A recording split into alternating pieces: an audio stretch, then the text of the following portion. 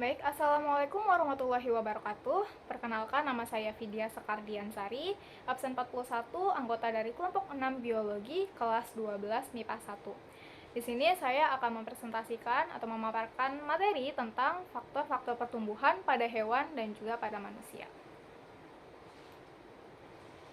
Baik, langsung saja. Pertumbuhan itu merupakan suatu hal yang menjadi ciri dari suatu makhluk hidup. Nah, setiap makhluk hidup, baik itu manusia, hewan, ataupun tumbuhan, itu pasti mengalami yang namanya pertumbuhan dan juga perkembangan. Nah, untuk faktor pertumbuhan dan perkembangan ini terbagi menjadi dua, yaitu faktor internal dan juga faktor eksternal. Di mana faktor internal ini adalah faktor-faktor yang mempengaruhi pertumbuhan dan perkembangan suatu makhluk hidup yang berasal dari dalam diri makhluk hidup itu sendiri, yaitu meliputi gen dan juga hormon. Sedangkan faktor eksternal itu merupakan faktor-faktor yang mempengaruhi pertumbuhan dan perkembangan yang berasal dari luar tubuh makhluk hidup itu, seperti nutrisi dan juga kondisi lingkungan. Baik, kita bahas yang pertama, faktor internal yang pertama, yaitu mengenai gen. Nah, gen ini merupakan materi yang membawa informasi genetik atau sifat atau ciri dari suatu individu dan dapat diturunkan atau diwariskan. Nah, jadi gen ini mempengaruhi ciri fisik suatu individu seperti jenis kelamin, warna mata, warna kulit, warna bulu, dan sebagainya. Gen ini juga menentukan laju metabolisme suatu individu sehingga mempengaruhi proses pertumbuhan. Nah, gen ini itu kan seperti yang dibilang tadi, itu membawa materi yang merupakan suatu materi yang membawa informasi genetik atau sifat-sifat dari suatu makhluk hidup, yang dimana gen ini menentukan seperti seberapa besar makhluk hidup ini bisa tumbuh atau bagaimana makhluk hidup ini bisa tumbuh dan berkembang, dan juga berbagai diferensiasi dari proses perkembangan dan pertumbuhan makhluk hidup. Kita ambil contoh, misalkan gajah dan semut itu suatu hewan yang amat berbeda kan ya, dari look aja, dari appearance, dari apa ya, secara kasat ya, secara kasat mata itu tampilannya saya sudah sangat berbeda. Nah, kalau misalnya tampilannya saya sudah sangat berbeda seperti itu, pastinya susunan gen mereka itu juga berbeda-beda juga kan. Nah, mungkin nggak kalau misalnya ada semut yang tumbuh sampai sebesar gajah? Pastinya tidak ada ya, karena memang gen semut itu sudah mengatur sifat dari seekor semut itu untuk tumbuh hanya dapat seukuran itu aja. Misalnya paling besar ya 5 cm, atau mungkin ada yang sampai 10 cm mungkin dari spesies yang belum kita ketahui, dan itu tapi tidak mungkin ada semut yang ada sebesar gajah, itu kan tidak mungkin kan ya. Dan itulah kenapa karena gen dari semut itu mempengaruhi itu. Jadi karena pertumbuhan dari semut ini sudah diatur dalam gen, jadi semut itu tidak bisa tumbuh sebesar gajah karena pertumbuhannya itu sudah dibatasi oleh gen yang dimiliki oleh si semut gitu.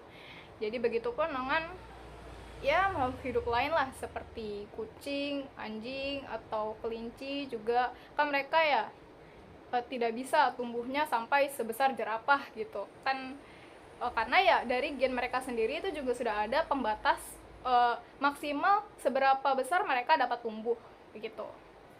Oke, lanjut. Faktor internal yang kedua itu adalah hormon. Jadi hormon yang paling berpengaruh dalam pertumbuhan dan perkembangan makhluk hidup yaitu adalah growth hormone yang dihasilkan oleh kelenjar hipofisis anterior, dan hormon ini berperan dalam kecepatan pertumbuhan suatu individu. Nah, kalau misalnya ada anak yang kekurangan atau kelebihan hormon ini, maka ya anak itu tidak akan tumbuh dengan normal. Misalnya hypersekresi atau sekresi hormon ini tuh kelebihan akan menjadikan manusia raksasa atau ciri-ciri gigantisme. Dan juga apabila hiposekresi atau kadar hormon ini kurang dalam tubuh, itu akan menjadikan kretinisme, yaitu manusia kerdil. Nah, hormon GH ini itu bekerja terbatas, yaitu Untuk laki-laki itu bekerjanya selama fertil atau dari lahir sampai dengan 21 tahun. Sedangkan pada pertumbuhan drastisnya itu ada di 13 sampai 16 tahun. Sedangkan untuk wanita atau perempuan, hormon ini bekerja pada masa fertil atau masa lahir sih sampai dengan umur 18 tahun dengan pertumbuhan yang drastis pada 9 sampai 12 tahun. Nah, itulah kenapa biasanya tuh anak laki-laki kalau di umur 13 sampai 16 mereka tuh pertumbuhan tingginya tuh menjulang. Sedangkan kayak kalau anak perempuan ya, biasanya tuh di umur 9 atau 9 sampai 12 itu tingginya tuh bisa lebih tinggi dari anak laki pada sepantarannya. Sedangkan anak lakinya ini ketika udah SMP atau pokoknya di atas 13 tahun itu biasanya tiba-tiba dia tinggi menjulang gitu. Karena hormon GH-nya ini itu sedang bekerja dengan optimum. Jadi terjadi pertumbuhan yang drastis. Nah, itu juga kenapa kalau anak-anak perempuan ini kalau misalnya udah 18 tahun ke atas katanya itu ya udah nggak bisa udah nggak bisa tumbuh lebih tinggi lagi gitu ya, karena ya memang hormonnya ini udah punya batasan gitu seberapa tinggi orang ini tuh bisa tumbuh gitu.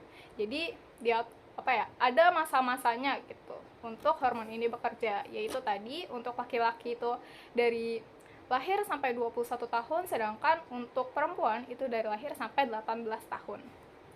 Baik, selanjutnya yaitu kita masuk ke faktor eksternal. Yang pertama itu adalah nutrisi. Nah, asupan nutrisi atau makanan selama masa pertumbuhan ini jelas sangatlah penting terhadap pertumbuhan. Nah, kenapa?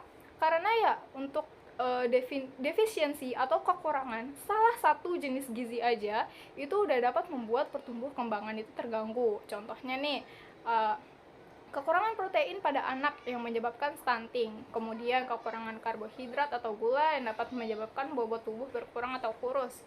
Tapi selain kekurangan karbohidrat atau gula, selain kekurangan, kelebihan dari suatu nutrisi itu juga dapat menyebabkan pertumbuh kembangan itu terganggu. Contohnya seperti ini, kelebihan karbohidrat atau gula itu dapat menyebabkan obesitas. Jadi itulah kenapa ya kita sebagai yang masih dalam masa-masa pertumbuhan itu penting sekali untuk memperhatikan nutrisi dan pemakanan. Nah, ini contohnya pengaruh nutrisi pada pertumbuhan anak. Kalau misalnya kekurangan nutrisi itu dapat menjadikan anak itu kurus dan bisa juga stunting. Sedangkan untuk kelebihan nutrisi nanti bisa obesitas. Dan ini juga pastinya akan mempengaruhi aktivitas keseharian mereka gitu. Jadi itulah kenapa penting untuk diperhatikan nutrisi itu. Ya baik, dan selanjutnya faktor yang dapat mempengaruhi pertumbuh kembangan makhluk hidup, di mana di sini kita spesifikkan menjadi ke dalam manusia dan hewan. Ini adalah kondisi lingkungan. Nah, untuk kondisi lingkungan, faktor-faktor dari kondisi lingkungan yang dapat mempengaruhi pertumbuhan dan perkembangan hewan dan manusia itu sebenarnya ada banyak ya. Ada banyak sekali. Namun apabila kita padatkan, itu dapat kita rangkum menjadi 3 sub unit ini.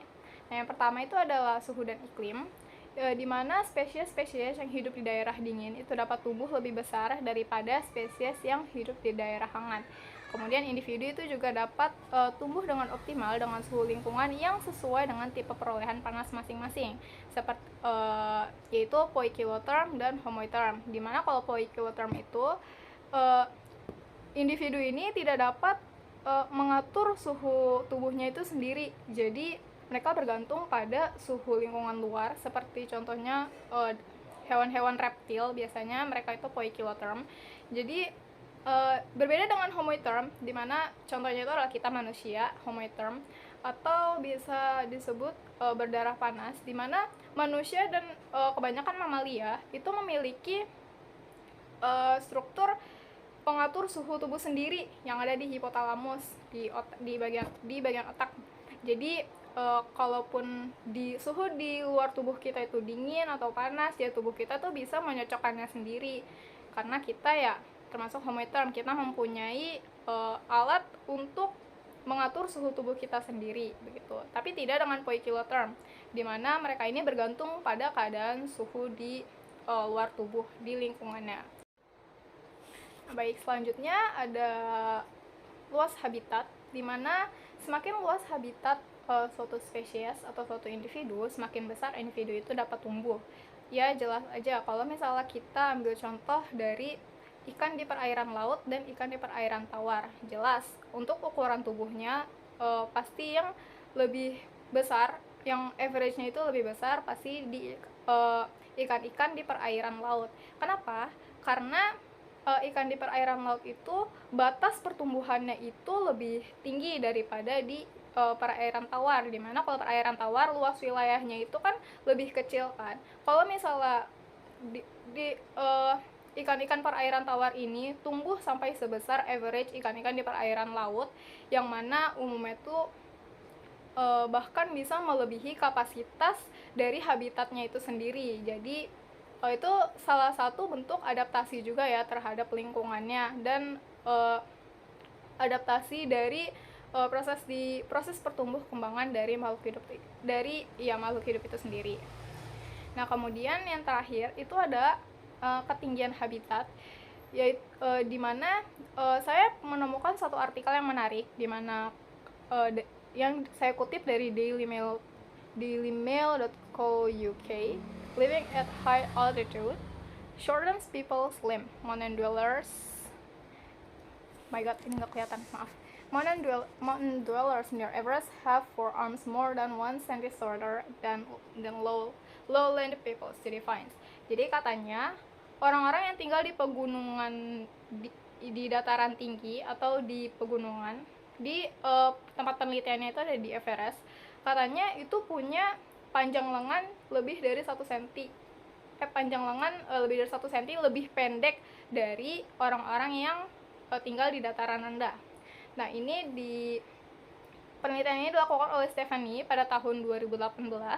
Nah, dari artikel tersebut dapat ditarik kesimpulan, atau kami menemukan Stephanie ini berasumsi kalau